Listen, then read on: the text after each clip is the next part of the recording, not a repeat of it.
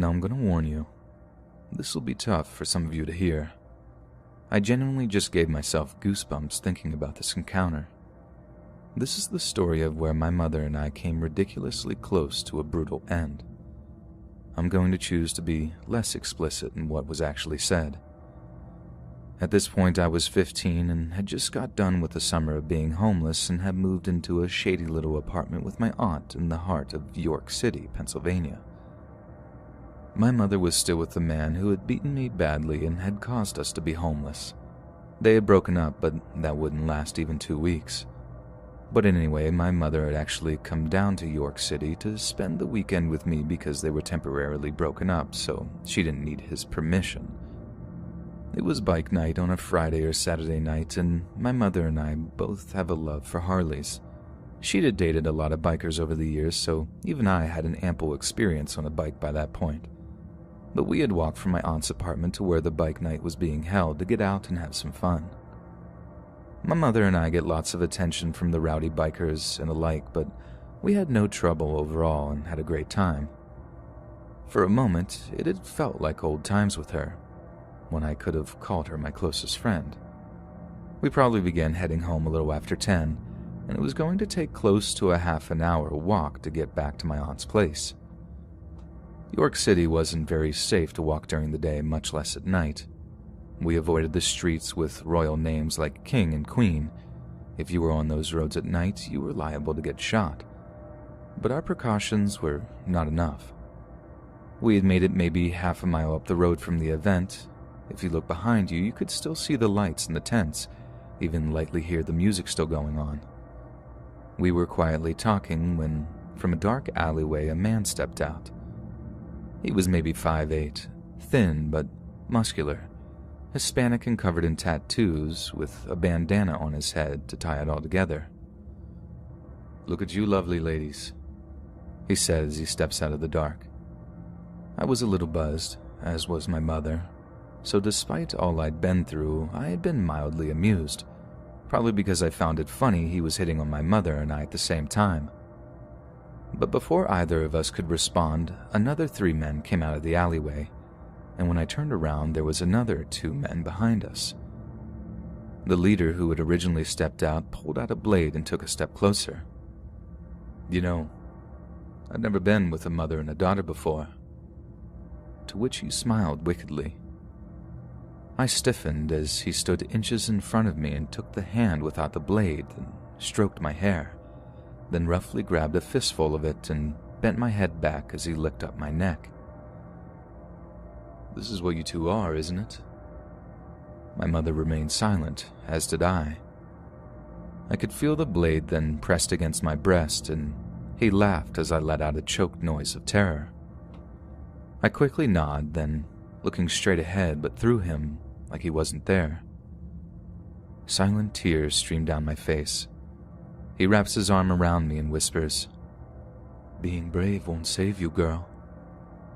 And he takes a step back, pointing the knife inches from my face as he says, "Get on your knees. You're gonna be both me and my boy's toys for the night, if you know what's good for you." I didn't move, just continued to silently cry, oblivious to the world around me.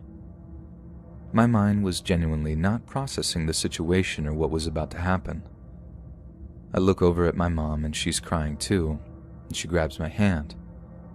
I can see another man fondling her, also holding a knife. "You two better listen. You two wanted this. You wouldn't be out here looking like this if you didn't want this to happen. Save the tears, you'll need them. And who knows, if you behave, you might even like it." And with that, he slaps me across the face with the back of his hand, and I crumple to the ground as my mom begins slowly lowering herself to her knees with her hands up in the air. It's then that from behind me I hear a loud smash and swearing. The rest goes in slow motion. I look up to see a group of bikers, at least 15 of them. The smashing noise I had heard was one of them smashing a bottle against the man's head who was standing behind me. The biker quickly overtakes the 6 men and are genuinely beating them worse than anything I've ever seen. like taking their bodies and slamming their heads into the brick wall repeatedly and stomping on them unhesitantly. I'm swiftly dragged to the side, and a biker with a long gray beard and wearing glasses, even though it's night, asks me if I'm okay. In the madness, I had lost sight of my mom, and I say no, sobbing like a child, and he points to my right where she had been pulled out no more than 10 feet from me. A female biker is talking to her. I let out a gasp of relief, and the man quickly asks me if I can walk. I nod, unable to make words, and he quickly picks me up to my feet and grabs me by the shoulders. "Listen to me. You need to get out of here. Just run home, and don't turn around no matter what." I can't stop crying, but I actually quickly grab the man and hug him, whispering a thank you that I'm not even sure he heard. "Go. You're okay now." And I nod and stumble over to my mother. I take one last glance at the fight, and at this point all I can see is the group of bikers standing around in a circle. My mom is crying the worst I've ever seen her, and we just run. We make it another 200 feet when the gunshots ring out. I freeze and turn, but my mom pulls on me and just shakes her head. It's only another minute when 2 cop cars go whizzing by us with their lights on. I don't remember the rest of the trip home at all. We were just suddenly there, and I couldn't cry anymore. My mom and I didn't say a word about it, never even talked about it again. We both got violently drunk that night. My aunt stayed upstairs, probably high as a kite anyways. I lay in the shower with a bottle of vodka in my hand. I was covered in bruises, had bits of glass in my hair, and some that had cut my face, neck, and hands from the bottle being smashed so close behind me. But otherwise, I was physically okay. To think what could have happened made me even sicker. I hadn't even had my first kiss yet, and the thought of what was about to happen, of the fact that I was going to die that night, left me numb. I genuinely owe my life to a group of bikers who I will never be able to thank. I hope none of them got into trouble, though in my heart I believe they ended up ending the lives of 6 of those men who had surrounded us that night. Obviously, with having just been homeless, I still didn't have a cell phone. We had no cable or any computer in the apartment, so I was never able to confirm what happened. It's only with typing this now that I consider for the first time looking it up to see if I could find anything on it, but I don't want to be reminded. I don't ever want to see the gang's face again, even if they're dead. And I definitely don't want to see the biker gang who saved my mother and I, as there might have been serious negative repercussions for doing so. So those are the biker gang who saved our lives. Thank you, from the bottom of my heart. And to everyone else out there, please, stay safe.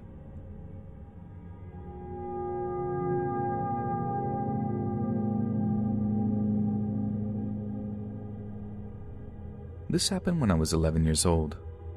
I know it was right around then because I was with my little brother in the $2 theater seeing the new Avatar movie that had come out just a few months earlier in 2010.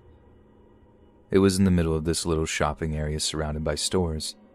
My mom had dropped me off with my little brother, Jay, who had only just turned 4 at the time. I think my twin, Cass, had gone to a friend's birthday party sleepover, which is why I was allowed to take Jay. My mother was supposed to only be in one of the stores immediately around the little theater, but evidently she didn't anticipate how long the movie was going to be, and I definitely didn't have a phone back then, so she had no way of contacting me or I her. Anyway, I leave the theater carrying Jay, though he could walk if he wanted to. The $2 theater was never super busy, so there was only another 6 people or so who were leaving the theater at the same time as us. As soon as we stepped out of the theater, I noticed my mother's falling apart red minivan was nowhere in sight. This immediately made me uncomfortable, but I wasn't super surprised. At first, we sat on a bench right outside the theater, waiting, while Jay kept talking about how cool the blue people were with their flying dinosaurs and how he wanted one. But after over half an hour of waiting, a worried employee came out and asked if we were okay, and if we needed her to call someone. My mother didn't have a cell phone either, so that was unhelpful, but I knew better than to act like I needed help. I shoot Jay a look to keep quiet and he obeys. If she called the police, my mother would be livid. She always told us that if we thought growing up with her was bad, wait until we were put into foster care and split apart, or she'd just say if we ever left her, she'd end her own life, which I fully believe, so I just smiled politely and told the woman that our mom would be there any minute to pick us up. I knew we couldn't just stay and sit there now, so I told Jay we needed to start walking home, which looking back wasn't my best idea. The theater was almost half an hour's drive from my house. It would take me well past dark to get home by myself, and even longer still having to carry my chunky 4-year-old, especially with how small I was for my age. But I had Jay to look after, and I was super protective of him, so I was on high alert as soon as we began walking. We crossed the street on the crosswalk and began making the long trip towards our house down the sidewalk, with Jay on the inner side of me, so if anything happened, he wouldn't be hit by a car. He waddled alongside me for a while, but we didn't even make it completely out of eyesight of the shopping center when a small black car pulled over, and a middle-aged man with thinning hair and dark eyes smiled and waved at me like he knew me. "Hello there," he replies cheerfully, and I back up, still ridiculously shy, and mumbled a polite hi back. "What is a precious young lady like you doing out here? Is that your son?" Now keep in mind, I'm like 11 years old and looked even younger than that. I was still completely a skinny child in appearance and definitely did not look old enough to be Jay's mother by any stretch of the imagination. I laughed awkwardly. "No, this is my little brother. We're just headed home, thank you." And with that, I pick up Jay, who had taken to hiding behind me, and began walking again. But he didn't drive off. He slowly continues to pull up next to me, following my pace. "Come on, let me give you a ride. It's too hot here for you to be walking with your brother. We can stop for ice cream too to cool you down. My treat."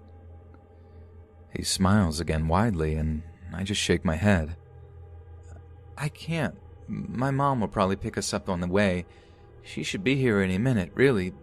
But thank you again."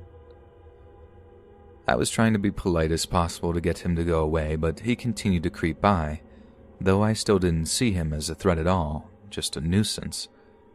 I suddenly look around and can't help but notice how unpopulated the area is. "Oh, your mom? I know her. She's actually the one who called me and told me to pick you two up and take you home." And with that, my fear finally kicked in. My mother was the epitome of irresponsible, but she would never send a stranger to pick us up like this. Jay remained uncharacteristically quiet, turning his head away from the man and beginning to cry, tugging on my sleeve without saying anything. And I don't know why I decided to say something so stupid, but I did. "Listen, mister, you already asked if my brother was my son, so you obviously don't know my mom. Please leave us alone, we're fine." And that's when the huge smile instantly disappears from his face. "Get in the car," he says in a deadly serious tone, all joy gone. I instinctually take a step back. My mouth drops open, but no words escape. Then he raises his voice. "I said now, young lady, get in the car." And before I can even respond or decide what to do, there's a loud, blaring car horn that takes both of our attention. I never thought I'd be so excited to see my mom's ratty minivan. I had been so entranced in fear with this conversation that I hadn't even noticed my mother pull up behind him, still blaring her horn. She looked so angry. I stick up my middle finger to the guy and run to my mom's car. She stops blaring the horn in time for me to hear tires squeal as he hits the gas and drives away like an insane man. I turn to Jay, and he's followed my lead, flipping off the man as he drives away. I begin to cry and smile at Jay, giving him a high five for being so brave. I shakily walk into my mom's van and buckle Jay into his seat, feeling like I'm about to vomit as the adrenaline finally takes control. My mother yells at me the entire way home, telling me how stupid I was to try to walk home and that I should have just waited for her. I sob and ask where she was, and she says that the movie was so long she decided to drive down the street to go grocery shopping at Walmart. I try to explain what the man was saying, thinking it might have made her less mad at me, but she snubs it, telling me he was just a concerned adult who saw two kids on the side of the road and was trying to help. It wasn't until I was near 15 when the story got brought up again, and my mom, who was drinking, immediately got a guilty smile on her face and actually admitted that she knew that I had been telling the truth, that the man had clearly been up to no good. She explained it's why she blasted the horn at him, so he wouldn't try to do anything, and that, given the way he flew out of there, is incriminating enough. She continued, claiming that she didn't tell me because she didn't want me to grow up being overly paranoid and thinking I was all that, which is ironic given all the situations and stories to come, so gee, thanks, Mom. Way to save the day and still manage to be a pretty crummy mother.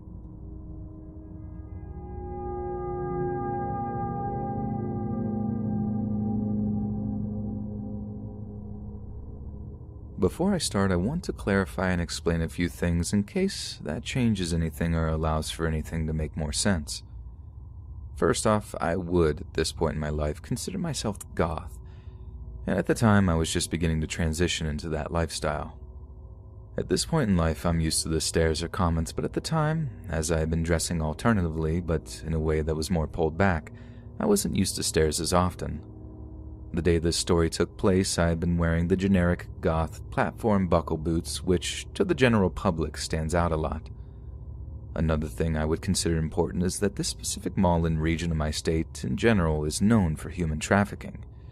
The mall itself has a large arcade that's part of a large company, and so it has later closing times since it is independently run. I bring this up because there is an entrance from the mall, but there is also a separate entrance from the parking lot for when the mall is closed. I was at this arcade with my sister and cousin, which isn't necessarily relevant aside from the fact that I'm older than them and felt like it was my responsibility to protect both of them as well as myself, and we were in the back by a cluster of Japanese claw machines. My cousin had been playing this game where you won the prize by rolling a mini version of the toy into a cup with a stupid claw that made the process long and daunting. She had been inching it along, and my sister decided to get ice cream as my cousin had been playing for at least 10 minutes. The way the claw machines are set up, there are aisles created by the machines with one at the end of the aisle that kind of acts as a bookend. The machine my cousin was playing happened to be one of the end machines, and I was watching her until I saw a man emerge out of the aisle next to us. He seemingly came out of nowhere, and I was immediately unsettled by his demeanor. I am in no way saying this to be judgmental, and I only mention it because I wanted to give the man the benefit of the doubt because he possibly came from a culture with different social rules. The man was either of Indian or Spanish descent and had the widest, emptiest eyes that I've ever seen in my life. I immediately felt threatened because I tend to be paranoid, but I tried to brush it off as the man accidentally staring at me since I do look a bit odd. However, I couldn't shake my initial feeling of dread and stole glances at the man every once in a while. Eventually, I maintained eye contact with the man as his gaze never left me, and he began to move closer to us. After about a minute of slow walking, we were less than a foot apart, and I could feel him breathing as he walked around us tightly in a very territorial and intimidating way. I kept my eyes locked on him and pulled out my phone, only breaking eye contact to pretend to dial a number and absent-mindedly telling my cousin that John probably wonders where we are, so I'm going to let him know we're at the arcade. Upon hearing the mention of a man's name, the man broke eye contact and quickly scurried away to the prize shop across the way from the machine. I desperately wanted to leave, though technically nothing had happened aside from my personal space being broken, though, as I mentioned above, at that point, I had hoped that it was a cultural difference. My cousin was unnerved, but for whatever reason, she continued to play the game. I felt trapped because I didn't want to leave my cousin alone, but I felt the need to get my sister. I ended up staying with my cousin since I hadn't seen the man leave the store. Eventually, my cousin won the game and went to get an employee to retrieve the prize from the glass case. I was alone for a minute, but she came back telling me that someone would be there soon. Somewhere in between this, the man came out of the store, and I just wanted to get my sister as the ordeal had taken at least 20 minutes at this point. The man was inches away from us again and was doing the territorial stare as he circled us. I was so intimidated, and I remember just standing there shaking as he wordlessly stared at us. I shakily told my cousin that I was going to get my sister and walked through her and the man, barely missing brushing up against him, and walked into the aisle of the claw machines he had originally come from. He quickly began to shuffle toward me, and every ounce of courage left my body. Thinking on my feet, I mumbled a quick, "Never mind," and came back to my cousin. The next few minutes were agonizing as the man lingered around us. Though I was taller than him and really should have been the intimidating one, I felt so trapped and responsible for everyone around me. I didn't want to move to have him follow me, but I also just wanted my sister back so we could get out. As if it were a movie, the employee, a 20-something man that was much less intimidating than I, walked up to us to open the machine and give my cousin her prize. Immediately, the man walked down the aisle and I didn't see him again. I pushed back the urge to tell the employee the predicament. I stopped myself because I didn't want the man to blow me off and think that I was being silly. My sister ended up coming back and we quickly shuffled out. I ended up telling an employee that I had been chatting with at a store earlier, and she said that we should tell security at the arcade. We went back and ultimately they blew me off, and it really upset me because this place, despite having a bar and bowling alley, was full of kids, and I felt genuinely concerned. As this comes to a close, I'd like to add that the reason I talked about the door at the beginning of this post is because the machine that we were at was relatively close to the door and we were alone, so the man would have had an easy time dragging us to the parking lot entrance if he needed to. I ended up having a breakdown about it that night, even though nothing really happened. I just felt so inexplicably horrified and full of dread that I can't even begin to explain.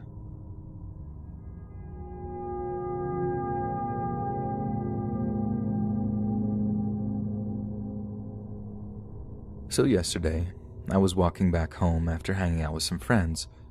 Before anyone asks, I was completely sober and in my right mind. I've never been afraid to walk alone in the dark. I'm quite tall and intimidating looking from a distance, and I always bring a pocket knife when I know I'll be walking in the dark. I was walking past some woods on the way back to my house, and I heard my mother's voice call, "Gabriel, help!"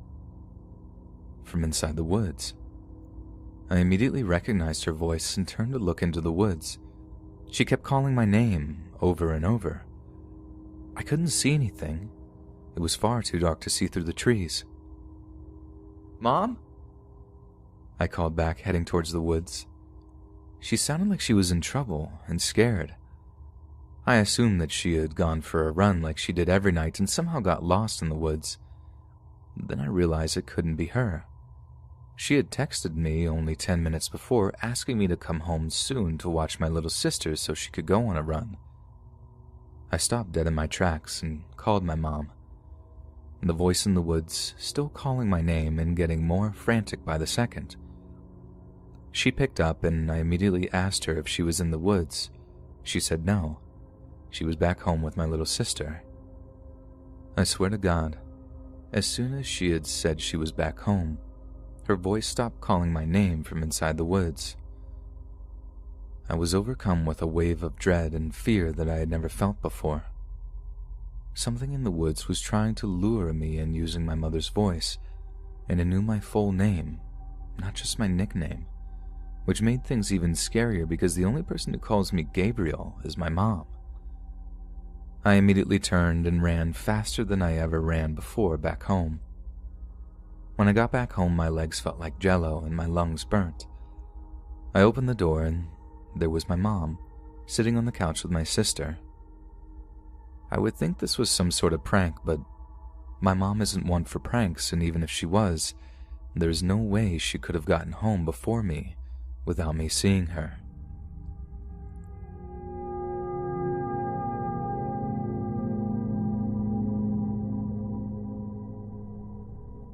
This happened a year and a half ago. I'm a 31-year-old petite female at 5'2" who looks much younger. To set the backstory, I am a self-employed sub-postmaster of a post office. Here in Scotland, the post offices are privatized and separate from the Royal Mail Delivery Service, so this is my own business which I had taken over and subsequently relocated to my pre-existing shop. The reason for the move is another interesting story involving a year of lies, harassment, and vindictive ulterior motives which I will reserve for another time. I was over a year into running the post office when I was getting ready to head out of town for the weekend for the first time since taking over. Preparing my staff on the Wednesday night, I ran over a few safety procedures. I told her that it wouldn't happen, but if anybody came in threatening to rob the place, she was to let them have it. Put her own safety first. Money isn't worth your life, etc., etc. I told her about the panic buttons, but reiterated that as far as I was aware, nobody has attempted this in the 60-odd years that the post office has been located on my street, and it probably will never happen. The next day was my last day before going away. Another colleague that worked beside me had Thursdays off, so I was working alone, everything going as normal. At one point, a young lad in shorts and t-shirts stuck his head in the door and asked if I had a cash machine. I informed him he could withdraw cash at the counter. He replied, "Okay, I'll be in a minute, I just need to grab my card." No red flags. This happened regularly. He might have left his wallet in his car, or maybe he lives really close. 10 minutes later, and after serving other customers, I was back alone when a figure came in wearing a tracksuit bottoms, a pullover jacket with hood up and scarf pulled up over his face.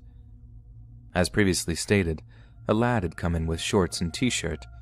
This outfit before me was abnormal for our warm end of summer weather. He asked if he could speak to a manager. "I am the manager," I replied. "What? Nobody's through the back? Nobody else I can speak to?" All right, here we go. The irony. I pulled the door behind me shut and stepped backwards.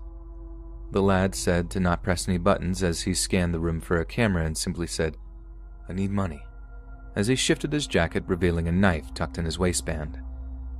It's funny how fight or flight overrules logic. I also now know that in a situation that results in the fight or flight response, my scrappy Scottish attitude overrules my aforementioned petite stature. I stepped forward towards the panic buttons, but wanting to maintain the upper hand and keep them to my advantage, I said, in the most sincerely threatening, growling, and menacing voice possible, "First of all, I have panic buttons. Second of all, you better get out, right now." This startled him. He looked around, glanced out the window, and bolted. So much for let them have the money, don't put yourself in danger, money isn't worth your life spiel.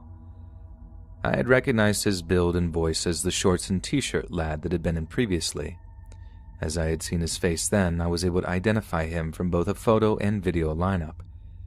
He was caught within hours, and after a court appearance, all he gained for his attempted armed robbery was a bruised ego and a jail sentence.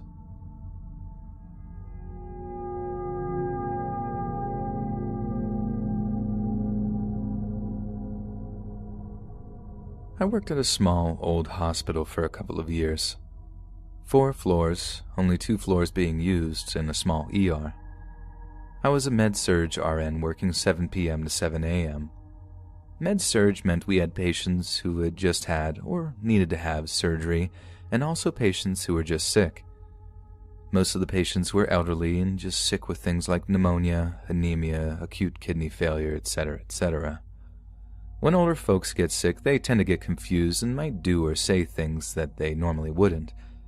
But this, whatever this was not cool.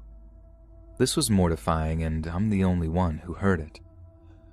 We joke that because the hospital was so old that it was creepy, and specifically on the right wing of our unit, and obviously at night. Guess who got assigned the right wing that night?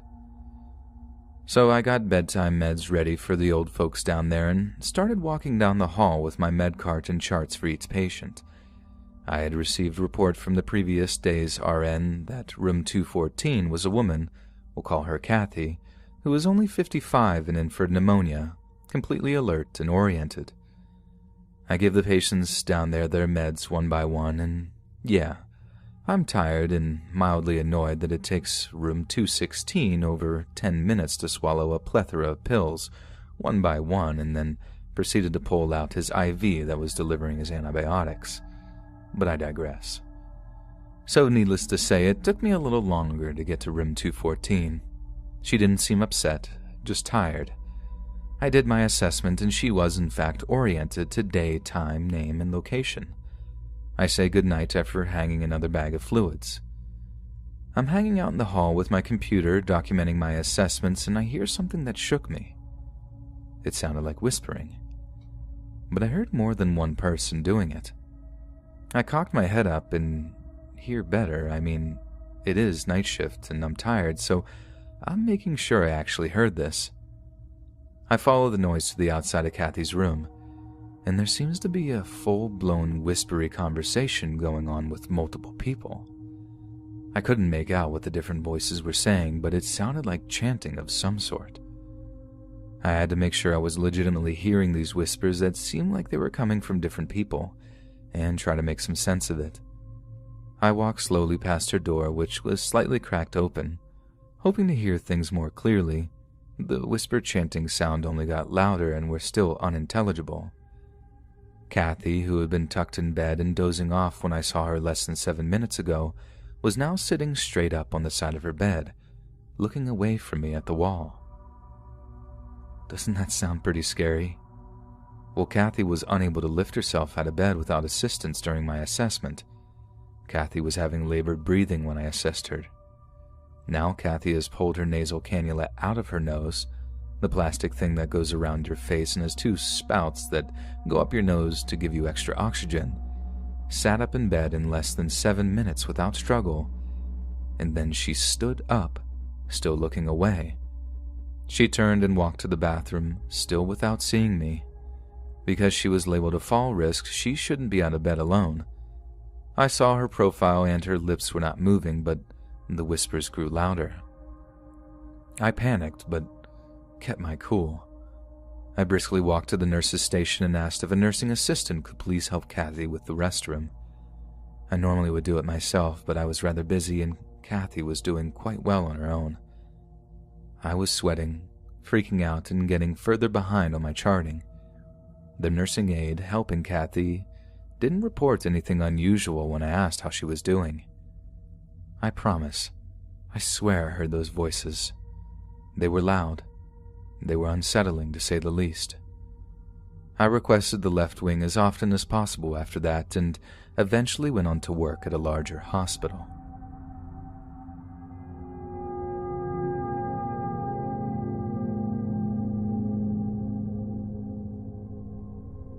Not many strange things happen to me. I am fascinated with sleep and dreams and how each affect our minds. However, what I experienced was not a dream. I don't exactly know what it was. The story isn't filled with action or anything like that, it's just a mysterious occurrence that I don't know how to explain. I have a really bad sleep schedule. I'm usually wide awake at night and more tired during the day. It was about 1 p.m. I was in my bed, getting a bit drowsy. I was trying to battle falling asleep. I don't really know how to describe what happened next, but the video I was watching suddenly stopped emitting sound. I was really confused and didn't seek to do anything about it, but I did decide to get up and get some food. I was walking downstairs, got food and ate it. You may think that has no importance, but it will make sense to why this is notable. I felt myself eating and swallowing food. I then went upstairs and went to the bathroom. Again, I felt myself go to the bathroom. I felt it leaving my body. Of course, in a normal story, details like this don't matter. However, in this story, it does. I finally returned back to my bed to browse on my phone, still not emitting sound. I'm on Instagram, looking at a few posts. This will be important later on. I finally put my phone down and just started thinking about random thoughts. Nothing important. It felt like 40 to 50 minutes of just thoughts. Suddenly, like a flash, I was under my blanket. My phone continued playing where the video left off, now emitting sounds. I was almost paralyzed with fear. What just happened? I was back where I was, still 1 p.m., It still felt like an entire hour had passed, but my clock had not moved a minute. This is where me eating and going to the bathroom comes to play. I swear I ate. I swear I walked downstairs. I felt every step push against me. I felt the food being eaten and swallowed. I felt everything. I know I did. I remember going back up the stairs. I felt that. I felt myself going to the bathroom. It felt the same as when I normally do it. There was no difference. What happened? I felt the comfort of my bed. I remember myself thinking, if it was a dream, time would have passed and I wouldn't have felt anything. It wasn't a lucid dream because, again, time would have passed and I don't think I would have felt anything. I also have never had a lucid dream in my life. I lived out an entire hour of my life that never existed. I went downstairs to see if the snack I had was still there. We only had one of those snacks I had left, so if I did actually eat it in the real world, it would be gone.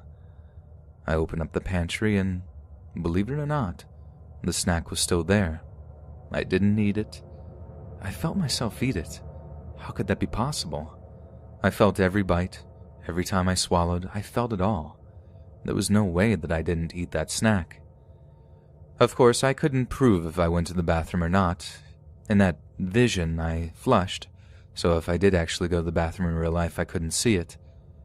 I assumed that I didn't actually go to the bathroom in the real world and that I didn't eat in the real world. However, there was still one thing left. The post I saw on Instagram. I checked Instagram, mostly to calm my nerves. However, this just made the entire situation even more creepy. I was browsing Instagram and I recognized every single post I saw. They were all in the same order and the same post as I saw in my vision. There was no way that my brain could have made up those actual Instagram posts. No way at all. I don't know how that happened.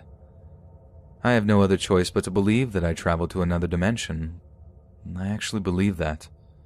I'm not a superstitious person or religious. Never in my life have I felt as if though I'm cursed or that other dimensions even exist. But this is the only conclusion I could come up with. You may think I was sleepwalking the entire time, but that just doesn't make sense. I have no history of sleepwalking and it was too real to be a figment of my imagination. All I'm saying, sleepwalking is ruled out. It was all too real. Of course, it wasn't a dream or a lucid dream. I have some theories onto why I think I traveled to this other dimension. The reason I felt all those things was because I actually did them somewhere else. I guess I somehow teleported. And I guess in that dimension, phones don't emit noise. I went downstairs in that dimension. I ate. I went to the bathroom. I browsed Instagram and laid on my bed to think. All of that actually happened in that dimension. I still remember it happening as memories as if though they were actually real, which I guess they were real in a literal sense. I don't really know what to make of it.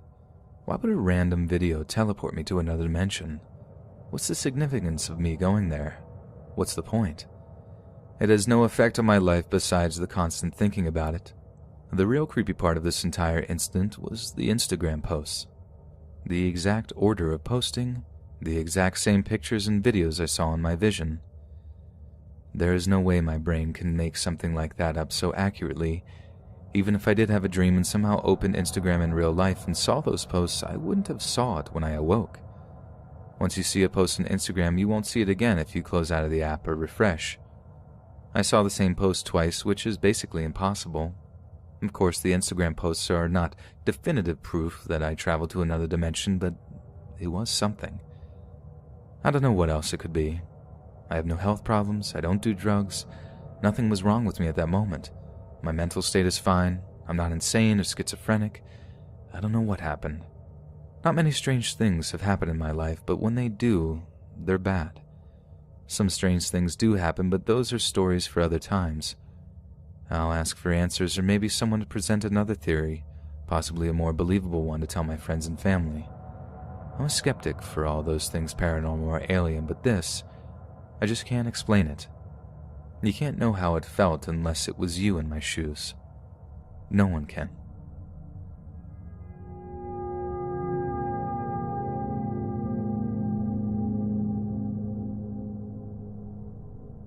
My dad and myself used to be close, but we became distant after he left me at about the age of 6 at Anasta.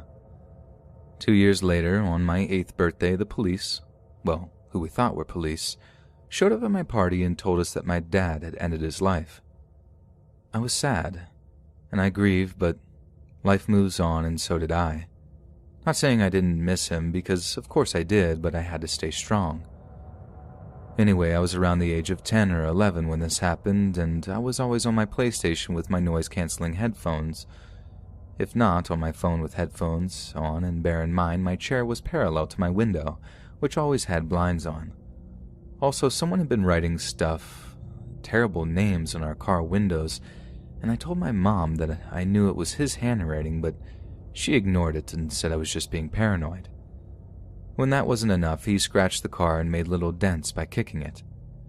Now, we ended up getting a new car after a hit and run happened, and the same happened to that car, so obviously this person was watching because we asked all of our neighbors, but their cars were fine. This day I was on my PlayStation, but I went downstairs to get food or something, and when I came back up, before putting my headphones on, I peeped through the window. I'm quite usually a paranoid person, and saw my dad walking up and down staring at my house with his hands halfway in his pockets. That's how I knew it was him, and that's how he walked, and it looks just like him. This couldn't have just been a coincidence because he lived 120 miles away and knew no one in that area. I immediately ran downstairs and said to my mom, Mom, he's outside, he's out there." My mom looked through the dining room window to see him staring at the bedroom window, pacing up and down. My mom called my brother and he called my sister before opening up the door, made sure I was out of sight, and shouted my dad's name and asked him what he thinks he was doing. He continued to cross the street and walk down a road where he was still visible from my window. Then my brother's sister and brother-in-law arrived, and they all went out. My sister and my mom in a car and my brothers by foot. They didn't find him even after searching for a good 3 to 4 hours. Everything kind of went back to normal until I saw this woman pacing up and down staring at my house. I didn't mention this to my mom for some reason. My mom had asked me to go to the shop, so I looked out the window and the woman was gone.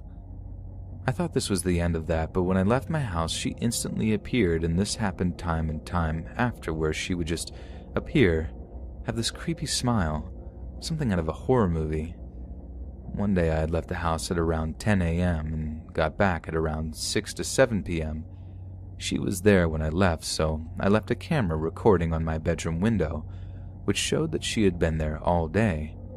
She even sat outside my door and tried to unlock it. She even knocked on my neighbor's door and said that she was locked out and asked if she could climb over the back fence to get in. Our neighbors know us. She said no, and I started receiving a number of phone calls, and when I picked up, they were just breathing.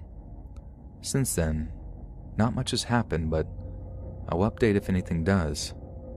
But I think my dad is stalking me, and I'm pretty sure he's paying others to do it too.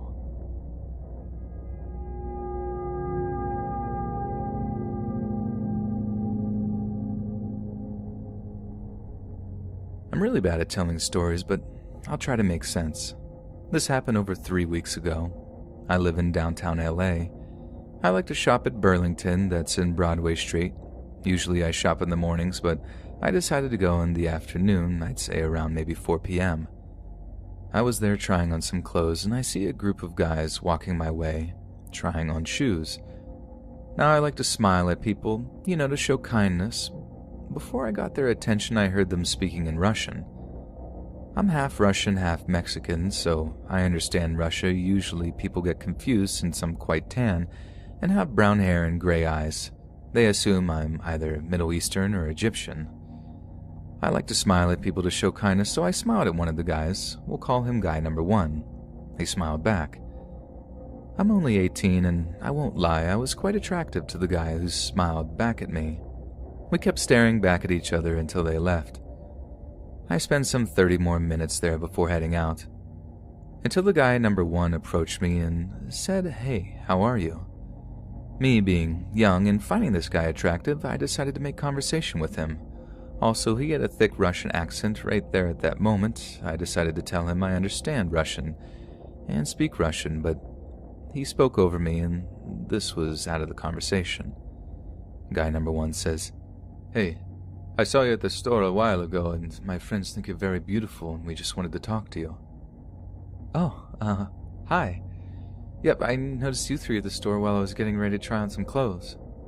"Yeah, well, me and my friends wanted to wait for you to tell you if you wanted to go out for some drinks.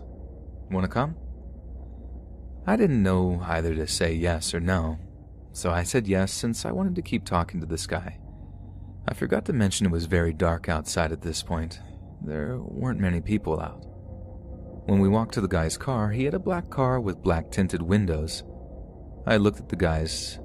He helped me get into the car and he sat very close to the two guys in the front. He began speaking Russian to the guy who sat next to me. I pretended not to understand what they were saying and ignored by putting my headphones in, pretending to listen to music when I heard, "What exactly are we going to do to her after we drop her off somewhere?" My body felt as if though my own soul left right away. I didn't understand exactly what he meant by somewhere. Then guy number 3 said, "I think we should do what we really want to do." At this point, I wanted to cry, but I held back my tears until guy number 1 said, "Me and my friends actually feel like going out to eat somewhere far away. I'm sure you're okay with that, yeah?" I quietly responded, I don't think it's a good idea. I think I'd rather just go home." Guy number 1 responds, "You aren't going anywhere. What kind of stupid idiot would get inside a car with 3 guys?" They all started laughing at me and I ended up crying. They drove off and the guy next to me took my phone away, throwing it outside the window. I tried kicking the windows, but he got on top of me. At that moment, I prayed to stay alive. I thought my life was over. I thought about everyone I loved. It was a terrible feeling. It makes it really hard to tell this story. Shortly after, I heard sirens behind us. It was the police. Thank God it was 2 police cars, and guy number 3 started to panic and gave up, pulling over. They were all told to get out of the car and if anyone else was in there to come out as well. They saw me. With my hands up, I ran to the cops as they ended up getting arrested. Turns out someone from the store had recognized them from before in relation to previous petty theft and followed us to the car reporting the make and model. Thank God for their previous track record and the intelligent employee. Otherwise, I may not be alive today.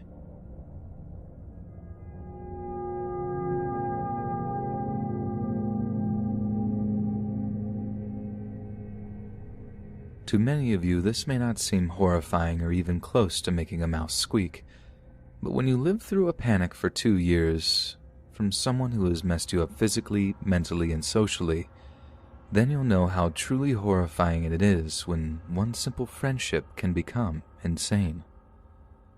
It was my freshman year of college. This was my year, I had thought, to be a part of something meaningful. Clubs, sports, new fond friendships. But that's when I ended up having a class with him, Alex, also a freshman. Alex was, in the very beginning, a funny, honest, sweet guy who I found myself drawn to. Not romantically, but friendship-wise, for I was the same. We clicked instantly. Jokes were always made, and I suddenly found myself ditching classes with him, being rude to teachers, even cutting a lot of other friendships. Keep in mind, before I met him, I was never like this, but here's the reason why. Alex, down the line when he got comfortable, began to show his true colors. He'd fill my head up with lies about how my friends didn't like me and how they held secret talks behind my back, how they always left me out of the group and that in all reality I only had him. And that was a giant red flag, but I didn't care. I felt like he was the only one I had. Skip half the first year and he gets a lot worse, with being a fake gay, always grabbing me wherever he can and pulling me away from whatever I was busy with. This had left bruises. He also began ridiculing me whenever he could. "You're a bad friend," he'd always say. "You don't care about anything but yourself. Cry like the baby you are." You mean nothing to no one." And after his vent, he'd crawl back apologizing, and stupid me would accept him. But my breaking point was when he gave me a class visit. Bear with me. Here's the layout of my old school. There's 3 wings. I was in the far right and he was in the far left.